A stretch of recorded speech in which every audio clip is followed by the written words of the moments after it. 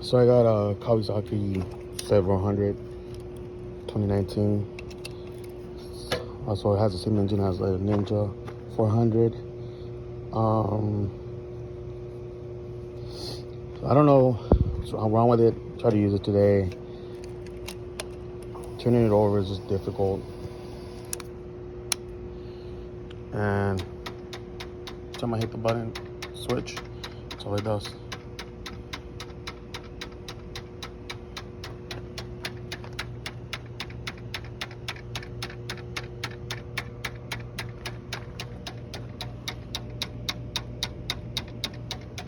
I don't know what's wrong with it. That's all it does. So, I don't know. I don't know what to do.